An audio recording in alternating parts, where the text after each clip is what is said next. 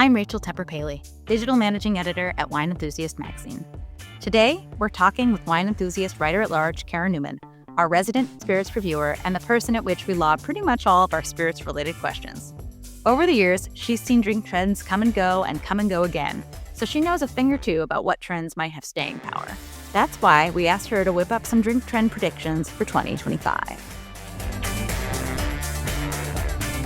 Hey, Kara, thanks so much for being with us today. Hey, Rachel, good talking with you. So it's been quite a year. I imagine you've drank quite a lot of things. You wrote this amazing trend report for us, and everyone can go and read it in full at wineenthusiast.com. But we thought in this episode of the podcast, we'd dive deeper into 3 trends that stuck out as really interesting to me, and we wanted to get your take on those. The first one that is really fascinating to me is that you predict that in 2025, agave will keep its crown. And I feel like that's no surprise given all the reporting you've done for us about tequila. We've seen that tequila is the fastest growing spirit in America. Last year, we still don't have the 2024 data, but vodka is still on top, but not really growing. And you predict that 2025 will be another big year for agave in general, but I imagine largely fueled by tequila. Exactly. Tequila is not going anywhere, not at all. And I think the big change is that in addition to tequila, it's also going to be joined by other spirits. I think it's going to have more of a halo effect. We're going to see a lot more mezcal. We're going to see a lot more other spirits coming in from Mexico, Sotol, Racia. Definitely going to see a lot more Mexican and agave adjacent spirits coming through for sure. So I see Sotol a lot on menus these days. Can you give us like a really brief overview of what it is, what it tastes like? Oh, sure. So Sotol is not made from agave. It's made from, I'd like to describe it as agave adjacent. It's a plant's called the Daisy Lyrion, the desert spoon agave type. Desert spoon. Yeah, it grows wild in Mexico, and it also grows wild in Texas and Arizona and other spots in the U.S. So there are some U.S.-made Sotols. But it doesn't taste exactly like tequila. I think it tastes a bit more like mezcal. It's usually unsmoked. It's kind of grassy, herbaceous, very fresh, and it blends really well with other ingredients in cocktails.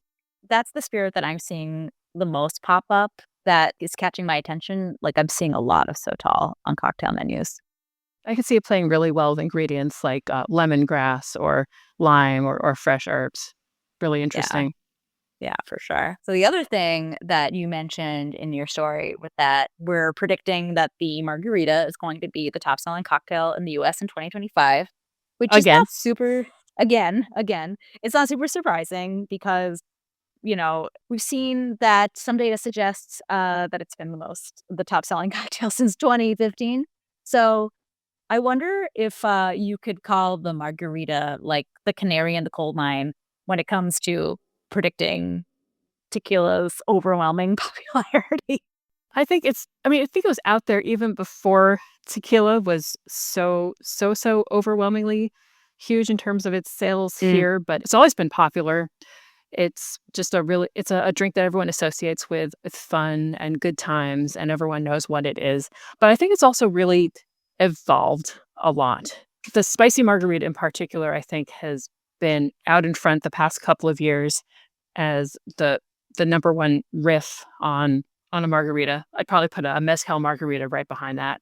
But I'm kind of going out on a limb. I mean, just between you and me and anybody else listening to this, I think that... So keep it close, guys. Don't tell anybody.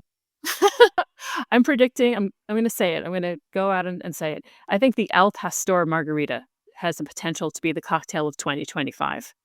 You heard it here first, folks. It just hits every single trend that's out there, including those that are on our list. I mean, it's a margarita, so it's agave, it's spicy, it uses tropical flavors, another trend coming out. It's sort of culinary inspired, it's global inspired, and I think it's the whole package. And there's nothing porky about it, right? That was the first thing that came to my mind. I was like, is there El Pastor pork in this? The versions Um, I've seen, no, but it wouldn't surprise me one bit if somebody has put together some sort of fat washed tequila to make it an actual porky al pastor. But no, the ones I've seen and the original that came out of Liqueria Limantor in Mexico City, it's more about the flavors that are used in the al pastor tacos. So it's spices and pineapple and fresh herbs and just really delicious. I mean, I'd kind of be into that. I'm like fat wash tequila. That sounds pretty delicious. But that's a flavor profile that speaks to me for sure. And I mean, I think also like you say, like the margarita is just very riffable, and because it has gained this like deep familiarity in our culture, like I feel like that's the point at which you start to see a lot of this exploration. Like it's not it's now it's almost seen as like a class of drink, which I feel is something that's like a new era for the margarita. Would you agree with that? Interesting. Yeah, yeah. I mean, there are now entire monographs, entire books dedicated to the margarita. So yeah, let's say it can be its own class. I mean, it's technically just a sour, but I think it's just so amazing on its own. Everybody loves it. It's just so beloved. Yes. Well, ain't nothing wrong with the margarita. Well, while we're talking about cocktails, I another trend that you predict that I thought was really interesting was the rise of savory cocktails. Tell us a little bit more about that. Okay, those are definitely everywhere, but I think that's a pretty broad description. It can be anything from, say, a dirty martini with olive brine to things that are a bit more out there. Like I've seen a lot of drinks that are made with miso or made even to mimic savory soups like pho. There's just so much out there. Although I think one of my favorite iterations that I've seen recently, I went to the Tusk Room and they're serving oyster martinis, like little martinis with literally an oyster on the top, and they have savory flavors, and it's just a lot of fun. So is the oyster just on top? Is the oyster somehow incorporated? Or is it like it's just sort of like an overall briny hit of brininess?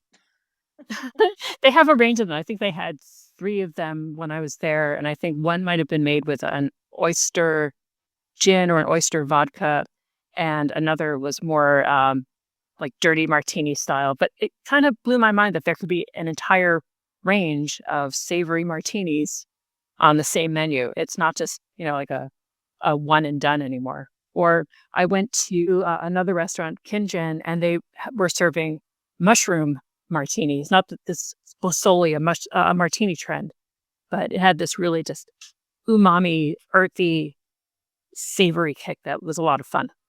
Well, I do feel like the martinis, for whatever reason, it takes well to savory flavors. It's probably because of the dirty gin martini. It's so iconic.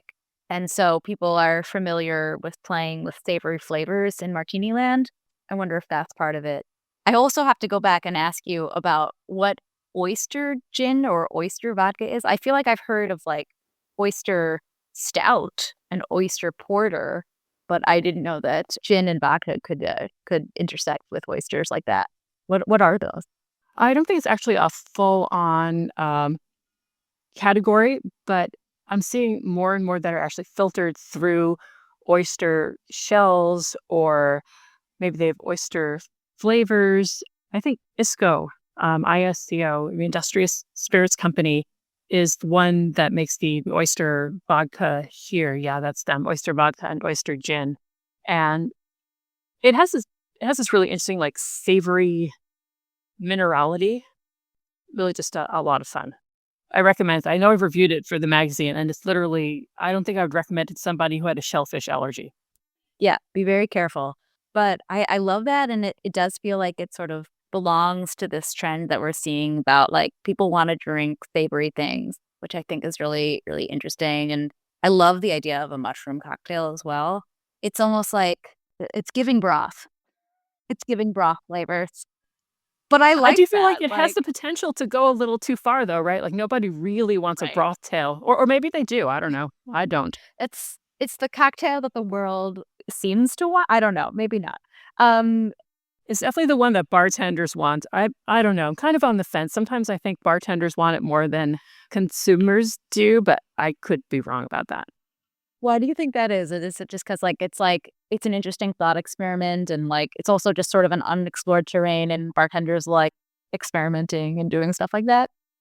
Yeah, yeah. I think it's just a really interesting flex. If you're the one making the drinks, I think it's fascinating to play with these wide range of ingredients, whether you're talking about, vodka actually distilled with oysters, or if you're talking about just placing a little oyster on top, it's fun, it's creative, and I think they really have the potential sometimes to go way too far. And I know for me, if I'm sitting at the bar, I'll have one of those and it's fun, but I do not want a second one.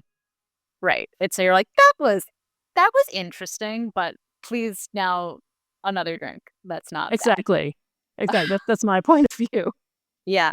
I mean, I do think, like, some things like the fish sauce, that you mentioned in the article, that's like a flavor that we're seeing in some drinks. I mean, in some ways, like, the fishiness is a new thing, but that saltiness is not. Like, there's lots of, kind of more drinks that I mean, I'm really we're just talking about a dirty gin martini because, like, that to me is like the ultimate savory cocktail. It's like it hits on some things that are in, like, cocktails that are in the established canon, you know? So it's like some of these things feel like bigger swings than they actually are and are actually, like, I feel like I have things that you see an ingredient on the menu and you're like, "What?" But then what shows up, not always, but often is, like, more similar to things that are familiar than you would think because, like, there are more commonalities than maybe you would think at first glance. Do you find that to be true? Yeah, yeah. Um, I I'm thinking also one of the things that I really do like though about this trend, I don't want to poo-poo all of it. I love that you can find a way to adapt. I mean, even something as simple as the dirty martini. I love that people are finding ways to kind of bring different cultural influences and culinary influences into it. Mm. Do you have any favorites that you've had recently? I love when I see miso added into a drink. I feel like that gives an additional dimension, additional complexity. And it's like a saltiness, of course, but I imagine also, like, how would you But it's also a depth characterize? of flavor. I Right, think if it's really done well, you don't recognize it as miso or, a different sauce. I think when it's done really well, you just sort of recognize that there's this little, like mouth-watering tinge to it that, makes right. you want another sip. It's that umami, that you talk Yeah, about. It's like it serves to deepen whatever the other flavors that it's playing with. exactly. I think it's also helpful to recognize that a lot of bars are situated in restaurants, and often it's kind of a gateway to the cuisine that's being served at the restaurant. It's just a little something in liquid form to introduce. Right, like, it's, I feel like we've seen this for a long time in food and drink, but, like, it does feel like it's mainstreaming the sort of idea that, like, a cocktail, it's not just a pairing, it's like, it's a thing. The line is being blurred between food and drink, you know? Exactly. Yeah, exactly. I'm seeing tomato also all over in martinis used that way as well. I just had a tomato martini that made me think of tomato, the stems of the tomato rather than the flesh of the tomato. It's like, oh, that's an interesting way to think about, umami and a culinary influence. Oh, very interesting. I also had a lot of tomato martinis this summer, and I actually when I was making various tomato-based recipes this summer, like the tomato water pools at the bottom of a, bowl, and I just could not bear to let it go. So, I actually have in my freezer a bunch of tomato water cubes just waiting to be made into tomato martinis all winter long. That's Um, so good. so A splash of summer whenever you need it. that's right, peak season tomatoes, but, in drinkable form. That's such a good drink tip. It's there you're welcome, everybody. Tune into the Wine Enthusiast podcast for more cocktail tips. In addition to producing world-class content, did you know that Wine Enthusiast is also the premier shopping destination for wine lifestyle products? Just visit our shop at wineenthusiast.com, where you'll discover an amazing assortment of unique quality items guaranteed to enhance your wine experience. From glassware and accessories to thousands of unique wine gifts, it's like a toy store for wine lovers. And don't forget about protecting your wine. We are the nation's leading retailer of wine storage products. Whether you have 6 or 600 bottles, desire a wine cabinet or a custom-designed wine room, our free wine storage consultations will help you find the perfect wine fit for your collection. Visit wineenthusiast.com today. We bring wine to life. Brought to you by the Wine Enthusiast Shop.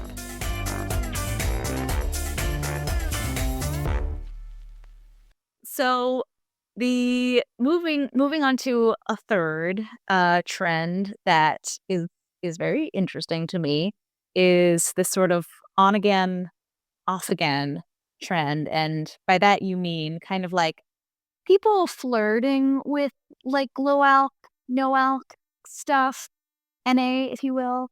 But like not like eschewing it entirely. Like figuring out, different ways to consume, figure different times to consume, basically like a middle ground. And I thought that was interesting because it's just like a very charged thing in our industry right now. The rise of sober October, dry January, you know, rates of drinking in general of a lot of things are going down, and like people have a lot of feelings about it. How do you feel about this trend? Do you think it's, like, good for the industry, not good, beside the point because it's already happening? What are your thoughts? I had hesitations about putting this one on the list at all because from a trend watching point of view, I'm not sure that it is a trend. But I think the fact that it's being identified and named, it gives people power to actually figure out how they want to work with, non-alc or low alc in their day-to-day. And I'll say what I mean by that. Um, some of the terms that I saw thrown around that I really had never seen until maybe a couple of months ago, flex drinking or tempo drinking. And I think there's kind of a blur on what that exactly means. Some people seem to use those terms to mean, well, maybe I'm drinking some days and maybe I'm not drinking other days. I have flexibility in how I choose to imbibe or not. And then the other one I've seen that really kind of perked me up was zebra striping, meaning alternate zebra striping, alternating between alcoholic and non-alcoholic drinks in a single session. And I thought that was interesting as well. I mean, some people also seem to be using flex drinking and tempo drinking to mean that as well. But the fact that people are thinking so deliberately about ways to incorporate moderation into what they're doing is really fascinating. But at the same time, like, okay, this has kind of been with us all along. We've already been doing this. I mean, to give you an example, I was out with a friend recently, and we both ordered martinis at the bar. And you get your martini, and you get a glass of water alongside your martini. And we were just sitting there shooting the breeze and drank our martinis, finished our martinis, and she just sort of turned to me and said, "How do you do this all the time? How are you able to be around, be around martinis all the time and, still be walking upright and thinking clearly?" And I picked up my water glass and literally poured water into my martini glass, and she was like mind blown because you have your martini glass and it looks like a martini. It takes on a little bit of the flavor from what was in your glass before. You have the garnish, they have the beautiful glassware, and I'll literally sit there and drink 2 of those before the bartender even comes over to offer another martini. And I've been zebra striping all along. I just didn't know it. Yeah, like tempo drinking, flash drinking, super striping. Some would just call it living, like being the person in the world. Yeah, it's really. I mean, it probably says something about the human psyche. It's like we just desperately want to categorize things and like give things a name. I don't know if that's us like now in this current moment in history, or maybe it's just like intrinsic to humans. I don't know. But it does feel like this idea of like, oh, you can be a moderate drinker and call it tempo drinking, flex drinking. It's like that maybe you're just being a human who is alive. I don't know. But at the same time, I also get the sense that, once it's given a name, you'll see somebody on, say, TikTok 5 minutes from now talking about zebra striping and showing what it is. And somebody who hadn't thought about it before will say, oh, yeah, I'm going to have a glass of water next before I order my next margarita. And Right. it gives somebody the power to realize that that's maybe something they actively want to incorporate into their next outing. And that's how trends get started, I guess. It's true. It's true. Like, it's maybe that person would have otherwise like drank too much. Or maybe that person would be like, you know what? I don't want to like, drink a lot. So I'm just not going to go at all. And, normalizing and maybe even like making look attractive this kind of in between middle of the road, way of consuming. Like, you know, maybe that's what we need.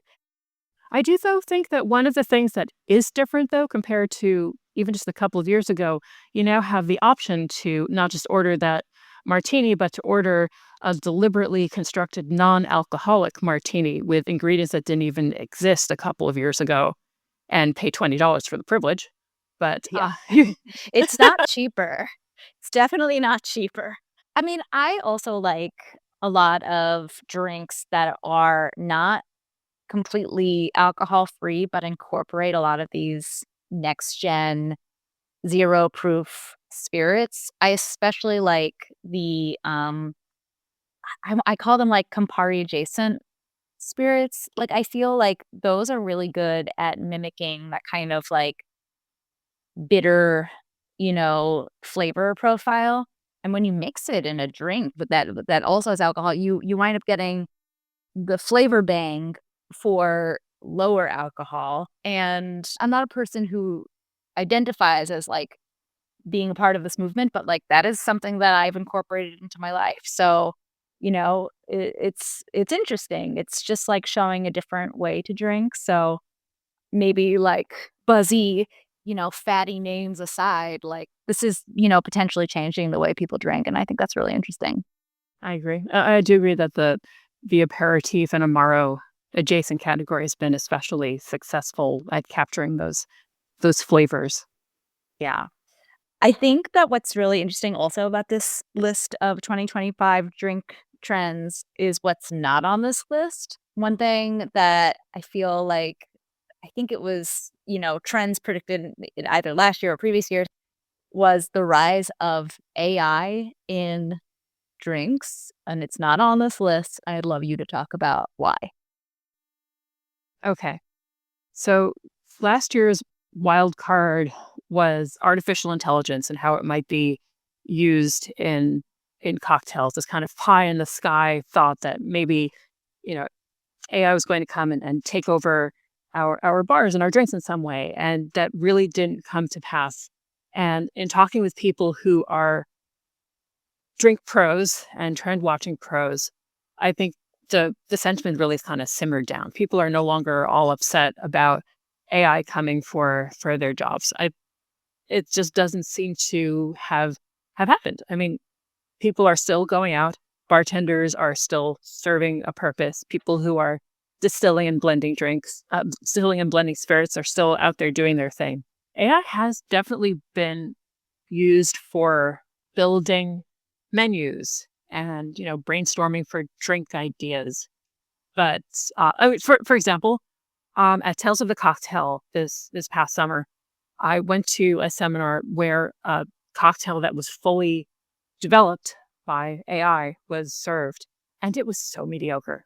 I mean, it was really elaborate. I can't remember everything that was in it, but I remember a lot of things were in it, and it incorporated so many different products, and still it was nothing. It was a big nothing.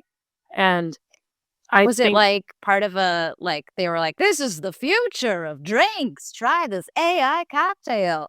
What was it introduced to you in the context of?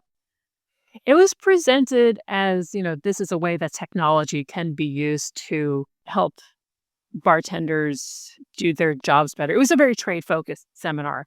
One of the things that did come out of that did sort of raise an alarm for me was AI is being used as a way to sort of pull together different flavor connections. There's a great book called The Flavor Bible that is all about establishing complementary flavors that you might never have thought of before. And it's really a staple in the food and drink industry. Really just a great book. And if AI is doing something similar, then it's, that's not a great thing for the authors of that book. Right. Right. So, I mean, that kind of, draws me to, again, that same thought that AI is not very good for writers and artists and a lot of other people who are, in the creative white collar world.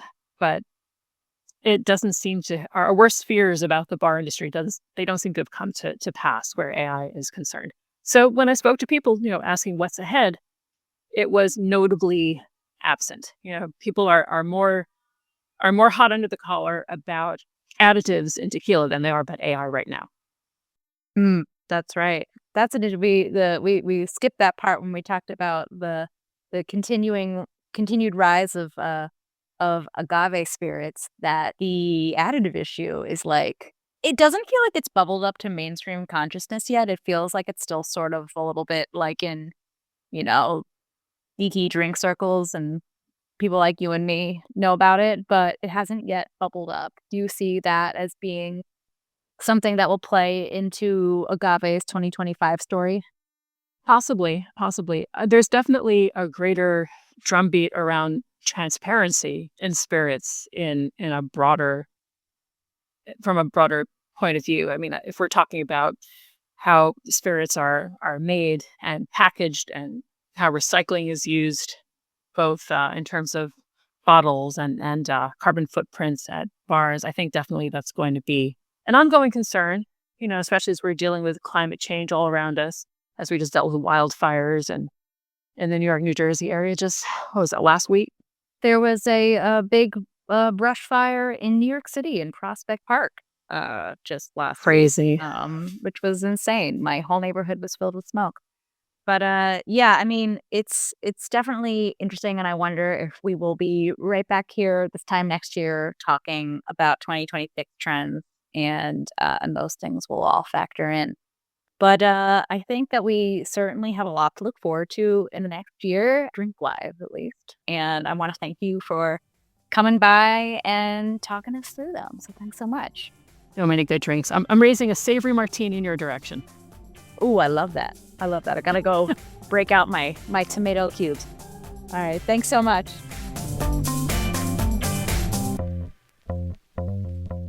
Do any of our 2025 drink trend predictions sound like something you'd be into? How do you plan to drink in the year ahead?